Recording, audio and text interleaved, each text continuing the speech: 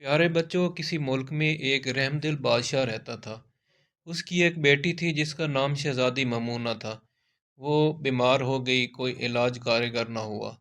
بادشاہ نے سارے ملک میں منادی کرا دی کہ جو میری بیٹی کا علاج کرے گا، بادشاہ اس کے ساتھ اپنی بیٹی کی شادی کرے گا اور جائیداد میں سے بھی آدھا حصہ دے گا۔ اس گاؤں میں ایک لکڑہارا رہتا تھا۔ وہ قسمت آزمانے محل گیا۔ اس لکڑہارے کو کچھ بوٹیوں کا علم بھی تھا۔ اس نے بادشاہ سے کہا کہ وہ شہزادی کا علاج کر دے گا، مگر اس کے بدلے اسے بادشاہ کی جائیداد نہیں چاہیے، وہ صرف شہزادی سے شادی کرنا چاہتا ہے۔ وہ شہزادی کو اپنے ساتھ اپنی ہی جھونپڑی میں رکھے گا۔ بادشاہ مجبور تھا، اس نے شرط مان لی۔ چنانچہ 2 دن کے علاج کے بعد شہزادی صحت یاب ہو گئی۔ لکڑہارے نے بادشاہ کو اپنا وعدہ یاد دلایا۔ بادشاہ بہت پریشان ہوا۔ اس نے سوچا کہ میں اپنی بیٹی کی شادی لکڑہارے سے کیسے کرا دوں۔ بادشاہ نے سوچا اس لکڑہارے کو کسی ایسی جگہ بھجوا دیتا ہوں جہاں سے یہ کبھی واپس نہ آ سکے۔ وہ روز لکڑہارے کو کسی بہانے دور دراز بھیج دیتا تھا، لیکن لکڑہارا اتنا پھرتیلا تھا کہ شام تک واپس لوٹ آتا تھا۔ شہزادی نے بادشاہ کو سمجھایا کہ وعدہ خلافی نہیں کرنی چاہیے، مگر بادشاہ کو اپنی اکلوتی بیٹی سے بہت محبت تھی۔ وہ نہیں چاہتا تھا کہ اس کی بیٹی تکلیفیں برداشت کرے۔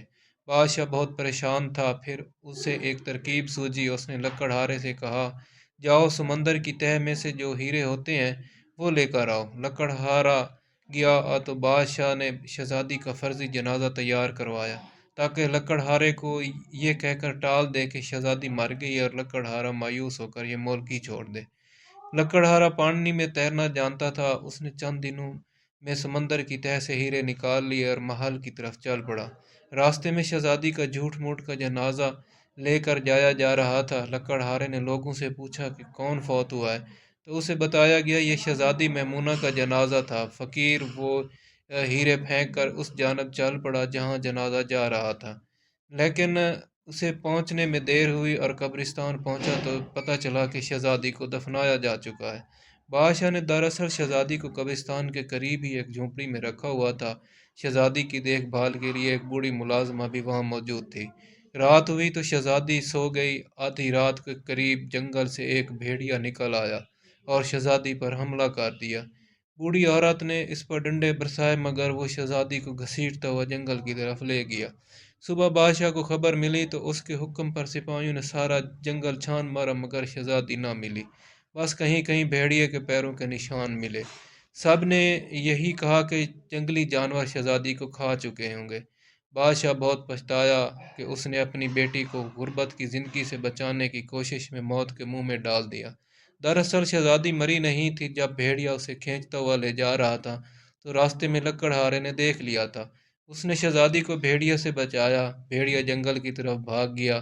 پہلے تو لکڑہارا سمجھا کہ یہ شہزادی کی لاش ہے، لیکن جب اس نے نبض دیکھی تو اسے احساس ہوا کہ شہزادی تو زندہ ہے۔ وہ شہزادی کو اپنی جھونپڑی میں لے آیا، اس کا علاج کیا۔ شہزادی ایک دن بے ہوش رہی۔ جیسے ہی اسے ہوش آیا، لکڑہارا اسے لے کر محل پہنچا۔ بادشاہ اپنی بیٹی کو زندہ سلامت دیکھ کر بہت خوش ہوا۔ اسے شرمندگی بھی تھی کہ جس لکڑہارے سے اس نے وعدہ خلافی کی، آج اس نے دوسری بار شہزادی کی جان بچائی۔ اس نے لکڑہارے سے اپنی غلطی پر معافی مانگی اور کہا، میں سمجھتا ہوں کہ میری بیٹی کو اس محل میں ہی خوشیاں مل سکتی ہیں، لیکن تم نے اپنی جھونپڑی میں اس کی جان بچا کر ثابت کر دیا کہ خوشیاں کبھی دولت سے نہیں خریدی جا سکتی۔ بادشاہ نے شہزادی کی شادی لکڑہارے سے کرا دی اور شہزادی کی خواہش پر اپنی جائیداد کا آدھا حصہ غریبوں میں بانٹ دیا۔